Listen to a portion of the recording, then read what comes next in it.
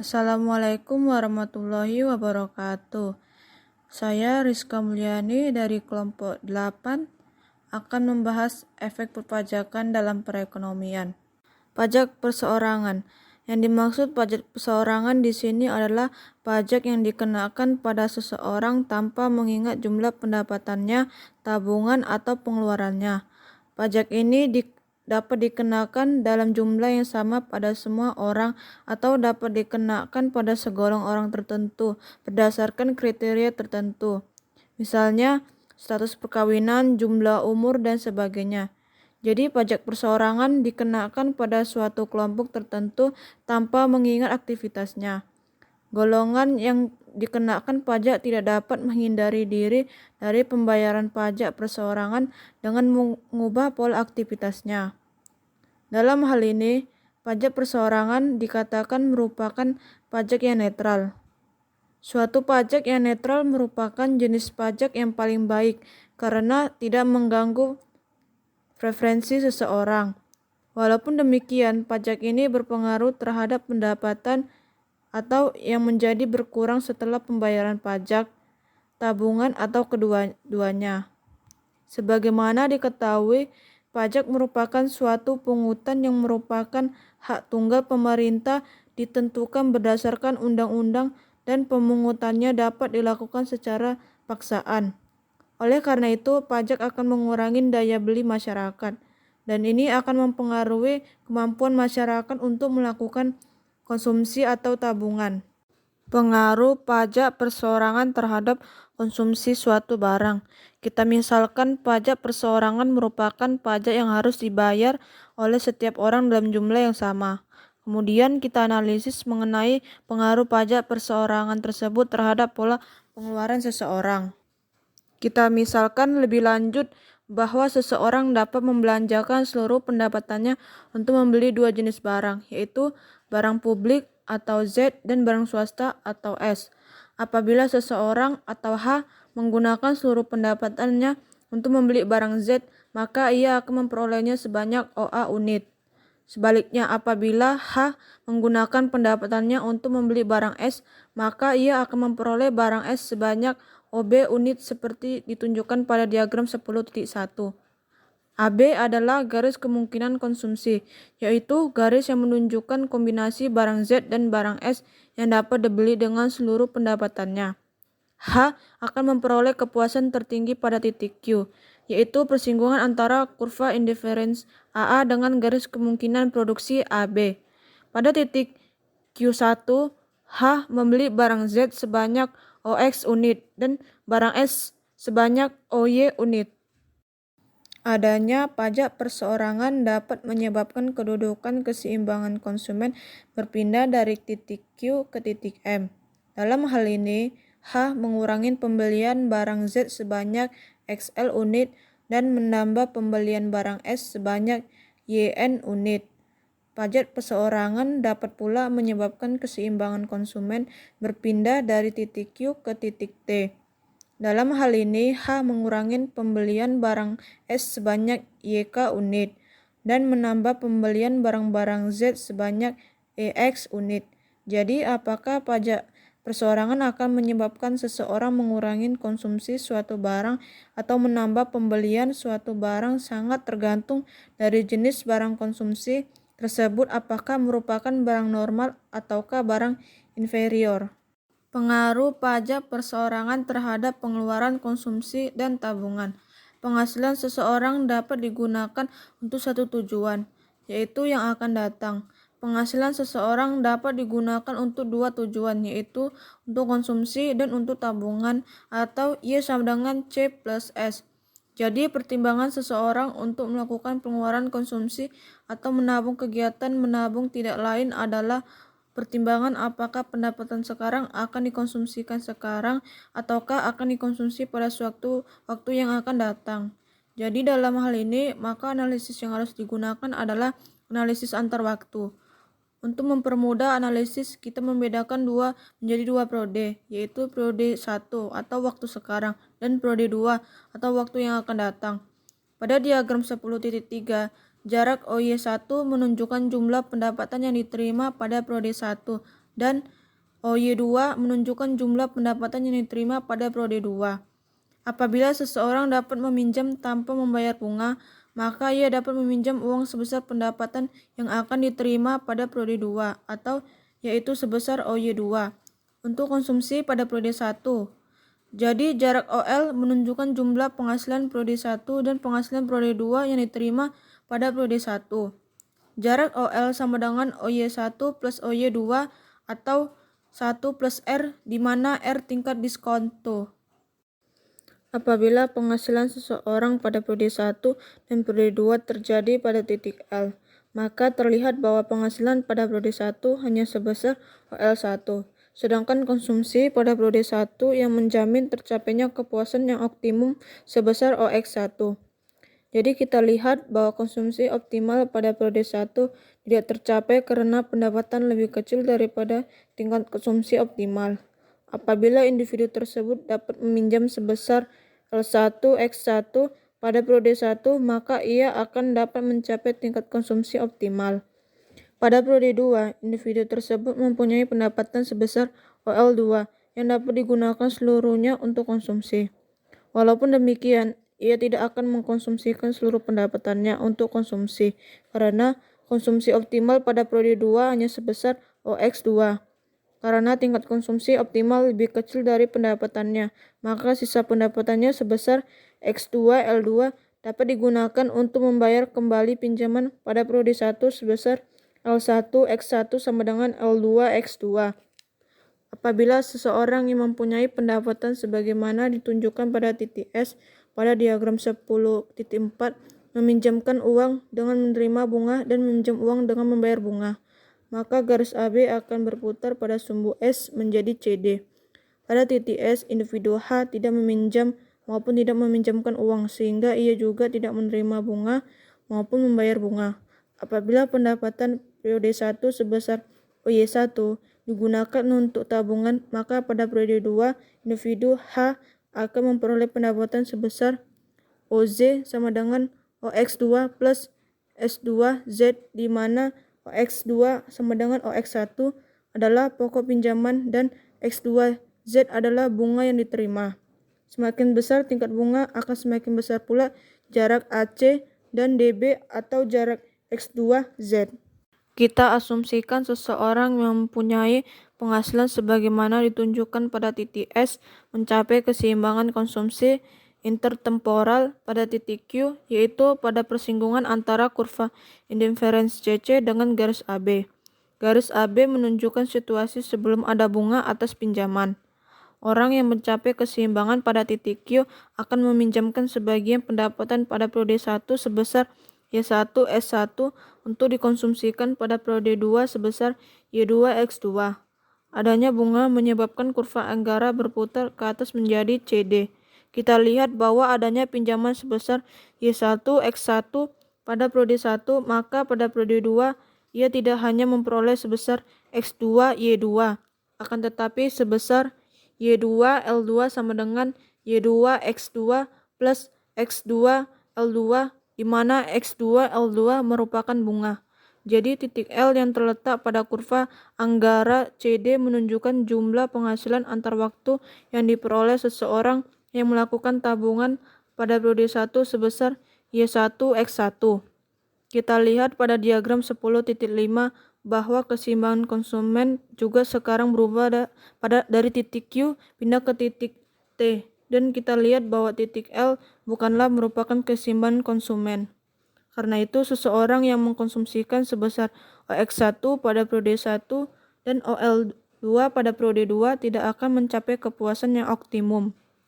Orang tersebut akan mencapai kepuasan optimum apabila konsumsi pada periode 2 diturunkan sebesar L2Z2 menjadi OZ2, dan pada periode 1 konsumsinya tidaklah sebesar OX1 tetapi sebesar OZ1, atau dengan kata lain konsumsi pada periode 1 ditambah sebesar X1Z1.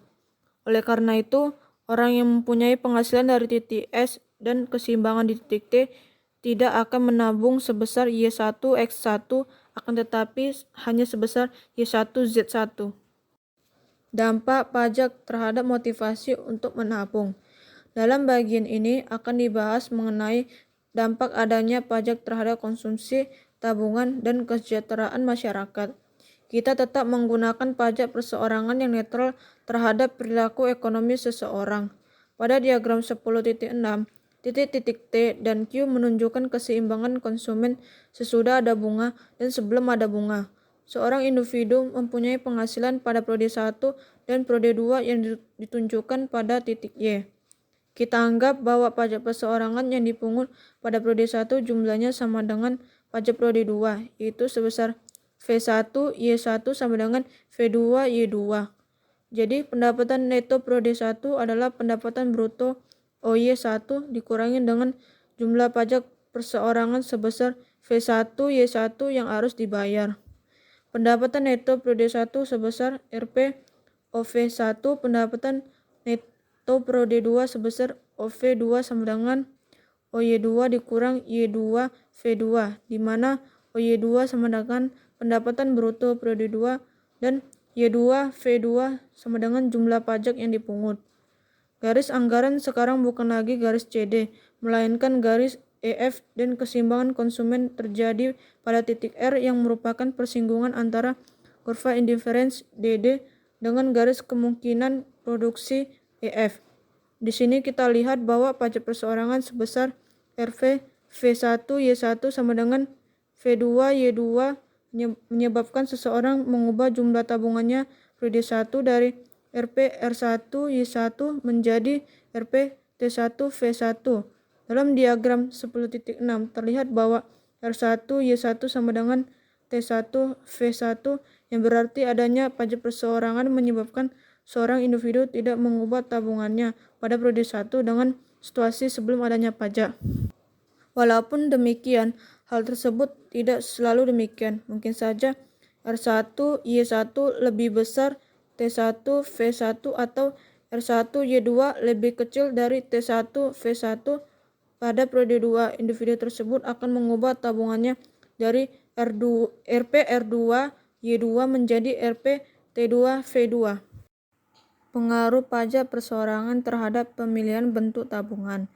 Seseorang dapat memilih dari berbagai jenis tabungan yang akan dilakukannya.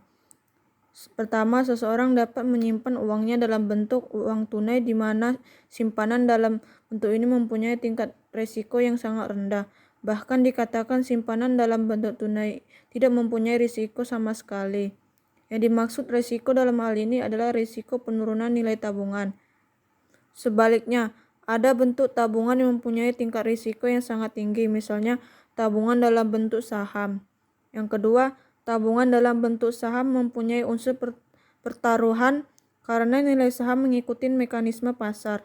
Suatu saat nilainya dapat naik tinggi sekali, yaitu apabila permintaan suatu jenis saham meningkat relatif dibandingkan penawarannya. Akan tetapi, suatu saat nilainya mungkin menjadi rendah sekali apabila penawarannya jauh lebih besar dibanding permintaan akan saham tersebut. Pengaruh pajak perseorangan terhadap penawaran tenaga. Pada diagram 10.10, sumbu datar menunjukkan jumlah jam kerja, sedangkan sumbu tegak menunjukkan upah yang diterima per jam. Secara teoritis, waktu yang tersedia untuk bekerja sebesar 24 jam atau OB. Pada kenyataannya, seseorang tidak dapat bekerja terus-menerus selama 24 jam sehari karena ia harus menyediakan waktu untuk beristirahat, makan, dan sebagainya. Waktu yang digunakan untuk bekerja dengan menghasilkan uang disebut dengan waktu luang. Seseorang yang bekerja sebanyak OC jam kerja akan mendapatkan upah sebanyak OD rupiah.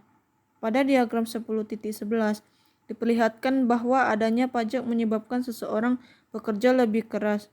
Hal tersebut tidak selalu begitu, sebab pajak dapat menyebabkan seseorang bekerja lebih keras, tetapi mungkin juga dapat menyebabkan seseorang bekerja lebih sedikit atau tidak mengubah jam kerjanya sama sekali. Dalam hal ini, ekonomi teori dapat menentukan secara a priori pengaruh pajak terhadap lamanya seseorang bekerja. Pada diagram 10.12 terlihat bahwa apabila adanya pajak menyebabkan posisi seseorang berpindah dari titik E ke titik R, yang berarti orang tersebut tidak mengubah jam kerjanya. Sebaliknya, apabila seseorang karena pajak menyebabkan posisinya berpindah dari E ke titik T, berarti adanya pajak justru menyebabkan orang yang bersangkutan mengurangi jam kerjanya. Pajak penghasilan. Pajak penghasilan merupakan salah satu pajak yang dikenakan untuk semua orang secara pribadi, serta perusahaan atau sebagai subjek pajak, atas semua pendapatan atau tambahan kemampuan ekonomi yang diperoleh dari kegiatan-kegiatan yang dilakukan. Pajak penghasilan termasuk salah satu pajak yang menimbulkan distorsi, walaupun secara umum, pajak penghasilan yang diterapkan secara menyeluruh menimbulkan distorsi yang paling kecil. Walaupun demikian, ditinjau dari segi keadilan, maka pajak penghasilan merupakan pajak yang baik karena pajak ini struktur pajaknya dapat dibuat menjadi progresif. Pajak penghasilan dapat dikatakan mempunyai tarif yang progresif apabila persentase pajak terhadap pendapatan semakin besar dengan semakin tingginya tingkat pendapatan. Pengaruh pajak penghasilan terhadap jam kerja.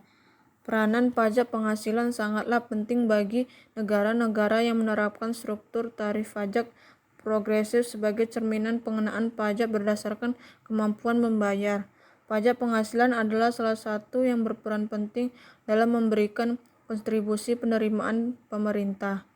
Pajak penghasilan selain memiliki efek pendapatan atau income effect juga memiliki efek substitusi atau substitution effect.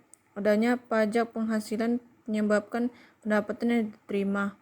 Pajak perseorangan yang disebut dengan pajak lapsam mengurangi pendapatan setiap orang dalam jumlah orang yang sama. Oleh karena pajak tersebut tidak mempengaruhi harga relatif dari barang dan jasa yang ada secara langsung, maka pajak ini hanya mempunyai efek pendapatan income atau efek. Oleh karena pajak perseorangan tersebut tidak mempengaruhi besarnya upah per jam yang dilakukan, maka pajak perseorangan dalam jumlah yang sama bagi setiap orang tersebut hanya mempunyai efek pendapatan atau income effect. Dan pajak perseorangan tersebut tidak akan menyebabkan seseorang mengubah jam kerjanya, bahkan ia akan menambah jam kerjanya apabila pendapatan atau upah merupakan barang superior. Apabila upah merupakan barang inferior, maka berkurangnya pendapatan atau upah karena adanya pajak perseorangan menyebabkan seseorang mengurangi jam kerjanya dan menambah waktu luangnya. Efek substitusi dari pajak penghasilan akan menyebabkan orang bekerja lebih sedikit dan waktu luang bertambah banyak. Efek pendapatan dari pajak penghasilan menyebabkan orang bekerja lebih banyak karena ia ingin mempertahankan pendapatan real yang sama sewaktu sebelumnya adanya pajak. Apabila efek substitusi lebih dominan daripada efek pendapatan, maka pajak penghasilan menyebabkan orang mengurangi kerjanya dan menambahnya leisure. Sebaliknya, orang akan menambah waktu kerja apabila efek pendapatan lebih dominan dari efek substitusi. Efek pajak terhadap investasi. Pajak penghasilan juga mempunyai pengaruh terhadap investasi. Oleh karena pajak tersebut mengurangi hasil investasi yang dilaksanakan. Dalam analisis ini kita akan membicarakan mengenai pengaruh pajak penghasilan yang mempengaruhi tingkat pengembalian modal neto suatu investasi. Kita menganggap bahwa tujuan kebijakan pemerintah adalah suatu keadaan full employment dan tabungan hanya tergantung dari tingkat bunga saja, tidak tergantung dari tingkat pendapatan. Permintaan akan investasi tergantung produktivitas marginal. Suatu investasi semakin tinggi tingkat bunga, semakin sedikit investasi yang menguntungkan. Sebaliknya, semakin rendah tingkat bunga, semakin banyak investasi yang menguntungkan. Pada diagram 10.19, pajak penghasilan mengurangi tingkat pengembalian tabungan, maka kurva S1 akan bergeser ke atas menjadi S2 dengan adanya pajak penghasilan, sehingga tabungan akan menjadi kurang menarik, sehingga sebagai akibatnya tabungan akan berkurang. Begitu juga dengan investasi. Adanya pajak penghasilan menyebabkan pengembalian atau hasil investasi harus digunakan sebagian untuk membayar pajak. Hal ini ditunjukkan dengan bergesernya kurva 2 ke 2. Tarif pajak pendapatan sebesar OI 2 dikurang OI 1 atau OI sama dengan I2 atau OI 2 di mana tingkat pengembalian bruto sebesar OI dan tingkat pengembalian neto sebesar OI1. Yang terakhir di sini tertera pada studi kasus. Pengaruh penerapan tarif pajak dan kesadaran wajib pajak terhadap kepatuhan wajib pajak UMKM negara Indonesia termasuk ke dalam negara terpadat di benua Asia Tenggara, sehingga mengharuskan pemerintah untuk meningkatkan pembangunan nasional. Salah satu sumber pembangunan nasional yaitu dari penerimaan pajak yang diterima dari wajib pajak. Hudegel 1 mengemukakan penerimaan pajak adalah sumber pemasukan negara yang didapat dan digunakan dengan memaksimalkan guna memenuhi kebutuhan negara secara terus-menerus. Penerimaan pajak berasal dari beberapa sektor atau usaha, diantaranya usaha mikro, kecil dan menengah atau UMKM, dengan memegang sebanyak 60% dari jumlah pelaku usaha perekonomian di Indonesia. Menurut Rujito 2 menyatakan UMKM merupakan usaha yang memegang berperan penting terhadap perekonomian Indonesia dilihat dari segi lapangan kerja dan jumlah usahanya. PP nomor 46/2013 menetapkan tarif PPh final berjumlah 1% didasari atas peredaran bruto berjumlah Rp 4,8 miliar. 3. Pada tahun 2018, Presiden Joko Widodo meresmikan kebijakan baru penurunan tarif PPh final tepatnya di akhir bulan Juni 2018. Jumlah tarif ditetapkan turun menjadi 0,5% dari 1%. 4. Dengan adanya penurunan tarif pajak diharapkan UMKM semakin patuh dalam membayar pajak. Namun pada kenyataannya tidak semua UMKM membayar pajak. Pada akhir Agustus 2019, UMKM yang melakukan pembayaran meningkat 33%. Peningkatan tersebut masih belum dapat menutupi resiko penurunan penerimaan tahun sebelumnya. 5. Kepatuhan masyarakat dalam membayar pajak dipengaruhi kesadaran masyarakat, sehingga pemerintah harus berupaya agar dapat meningkatkan kesadaran masyarakat akan pajak semakin tinggi. Menurut Rahmat DDK, 6. Kesadaran wajib pajak adalah kesadaran dengan pengetahuan dan menaati pajak sesuai dengan perpajakan dengan sungguh-sungguh. Kurangnya kesadaran dapat terjadi akibat kurangnya pengetahuan tentang manfaat membayar pajak. Jika semua UMKM memiliki kesadaran tentang manfaat pajak, maka wajib pajak UMKM akan semakin patuh. Dengan adanya tarif pajak yang turun dan wajib pajak yang sadar tentang pajak, seharusnya wajib pajak akan semakin patuh dengan perpajakan. Pendapat dari Zain 7 menjelaskan bahwa wajib pajak yang patuh merupakan wajib pajak yang patuh dan sadar dalam suatu kewajiban pajak berupa pengisian formulir, memperhitungkan pajak yang terutang dan membayarkan tidak lebih dari jatuh tempo. Kurangnya UMKM yang tidak patuh terlihat dari dalam UMKM yang membayar pajak tidak dapat menutupi jumlah pengeluaran negara yang terus bertambah. Bahkan penerimaan pada pajak tahun 2020 lebih kecil dari tahun 2019. 8. Kebijakan intensif tersebut disambut baik oleh pelaku UMKM, namun ada juga UMKM yang merasa seharusnya pajak dibebankan sebesar 0% atau dikatakan UMKM tidak perlu membayar pajak. Objek penelitian adalah penurunan tarif pajak, kesadaran wajib pajak, dan kepatuhan wajib pajak UMKM. Metode penelitian yang ditetapkan dalam verifikatif dengan jenis pendekatan kuantitatif, data primer, data yang akan diolah oleh penelitian ini yang diaplikasikan dalam kuesioner yang menjadi populasi adalah 2096 UMKM tercatat di Dinas Koperasi UMKM Kota Bandung. Klaster random sampling ditetapkan dalam penelitian ini diperoleh jumlah sampel sebanyak 96 UMKM di Kota Bandung. Kuesioner digunakan untuk mencari data penelitian.